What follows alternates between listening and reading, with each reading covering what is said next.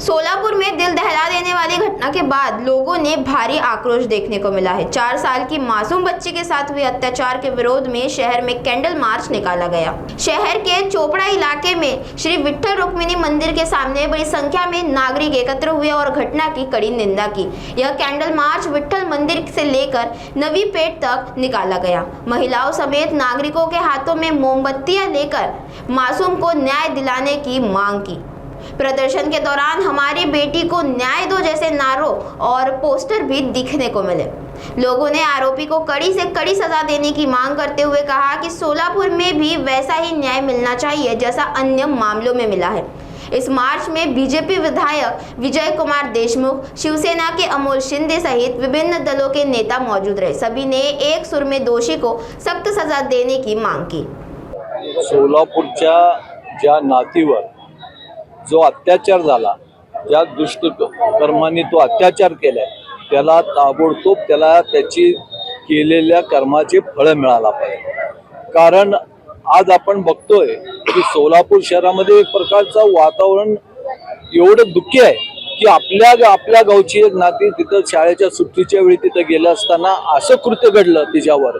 आणि हे कुठेतरी ह्या राज्यामध्ये हा राज्य छत्रपती शिवाजी महाराजांचा राज्य आहे, शाहू फुलेंचा हा राज्य आहे।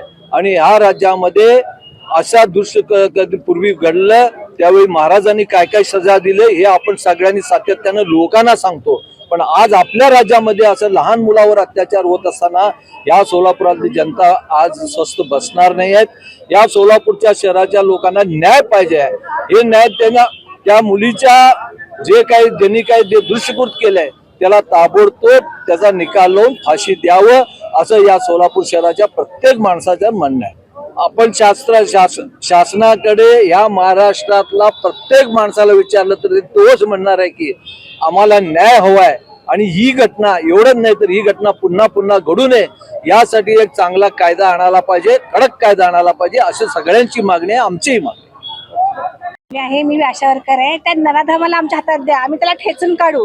आणि तुम्ही आता सांगितलं ना गुड टच बॅड टच, आम्ही आशा वर्कर सगळं ग्रुप करून त्याच्यावर आम्ही प्रत्येक घरातल्या लेडीज लहान मुलींना जे समजदार आहेत त्यांना गुड टच आणि बॅड टच सांगायचा प्रयत्न करणार आहे आम्ही सगळेजण।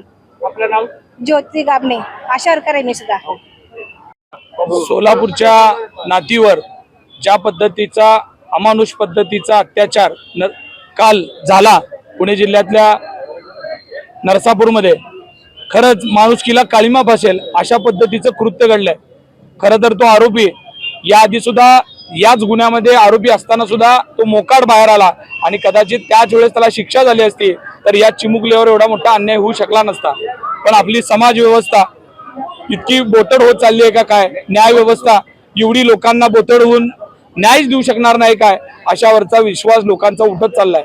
पण मला अजून एक घटना जी एकनाथजी शिंदे साहेबांनी बदलापूरमध्ये ज्या पद्धतीनं एक चांगला निबंध लिहून तिथं घटनाक्रम तयार करून तिथं तुम्हाला माहित आहे त्याला न्याय देण्याचं काम केलं, त्याच पद्धतीनं आता आम्हाला अपेक्षा आहे की सोलापूरला बदलापूरच्या धर्तीवरचा न्याय सोलापूरच्या आमच्या लेकीला मिळाला पाहिजे एवढीच आमची कळकळीची विनंती। कुठेतरी तुम्ही सांगितलं की एकनाथ शिंदेने निबंध लिहिलेला आहे, ते पहिल्यापासूनच ठरलं होतं का कशा? मी एवढंच सांगतो, लोकांना न्याय देण्याकरता आपल्याला काय करावं लागतं ते करायची तयारी राज्यकर्त्यात असली पाहिजे।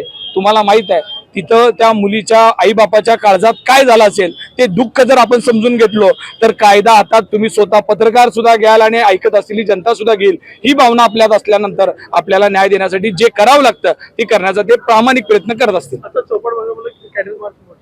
आता आपण चोपाड भागातून आपल्या भागातल्या या परिसरातल्या महिलांच्या वतीनं पुरुषांच्या वतीनं आम्ही निषेध कॅन्डल मार्च काढून पुन्हा एकदा इथं चोपाडात हे करतोय।